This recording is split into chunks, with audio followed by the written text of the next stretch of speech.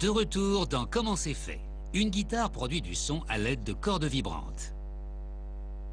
Les cordes sous tension vibrent à une fréquence, c'est-à-dire à une hauteur spécifique. Donc si vous ressentez de bonnes vibrations en écoutant une chanson à la radio, c'est peut-être grâce à l'ingénieuse méthode de production des cordes.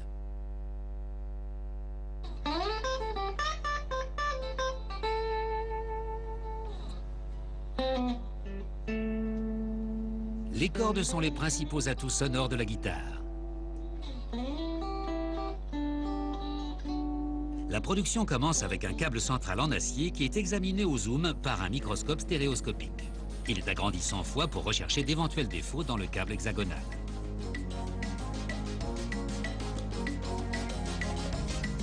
Ensuite, on mesure le diamètre du câble avec un micromètre numérique. La résistance du câble d'entourage en acier plaqué nickel est ensuite testée sur une machine spéciale qui étire le câble jusqu'à ce qu'il casse. Cela permet de définir sa capacité à fonctionner sous tension. Un ordinateur mesure la distance et la pression supportée par le câble avant la rupture pour déterminer la tension maximale de la corde.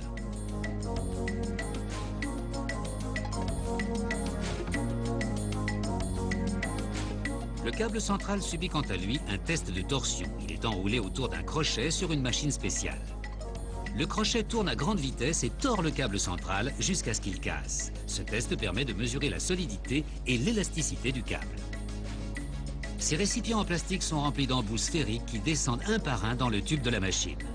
Des pistons creux montent et descendent et sélectionnent un embout à la fois. De cette manière, on est sûr que seuls ceux de la bonne taille sont utilisés.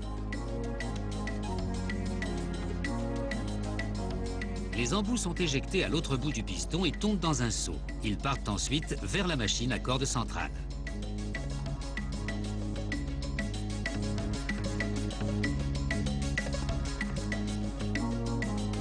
Un mécanisme fait tomber les embouts depuis une trémie d'alimentation et les enfile sur une aiguille. Le câble central est entraîné par des rouleaux dans un guide de serrage qui l'aligne avec l'embout.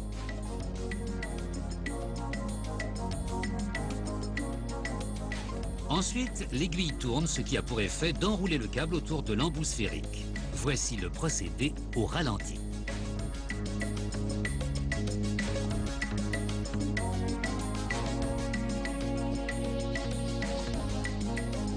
Les cordes centrales et leurs embouts sont placés sur une tringle.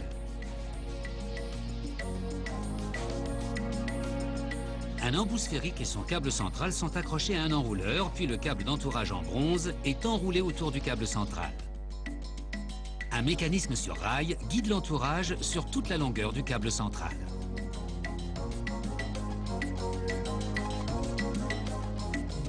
L'enrouleur fait tourner le câble central, ce qui permet au câble d'entourage de bien s'enclencher. Le mécanisme sur rail assure l'homogénéité de l'enroulage jusqu'au bout du câble.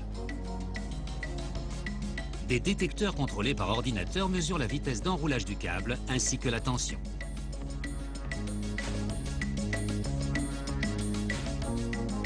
L'enrouleur applique la tension adéquate pendant l'opération.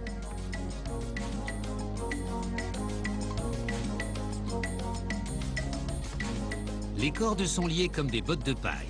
Chaque botte compte 144 câbles.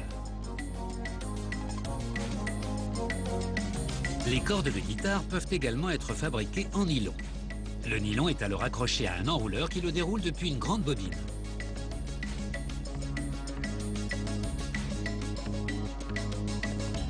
Ensuite, du câble d'entourage en cuivre plaqué argent est enroulé autour du nylon. Le crochet tourne, ce qui enroule le câble d'entourage autour de la corde en nylon. Un mécanisme sur rail permet de s'assurer que tout se met bien en place.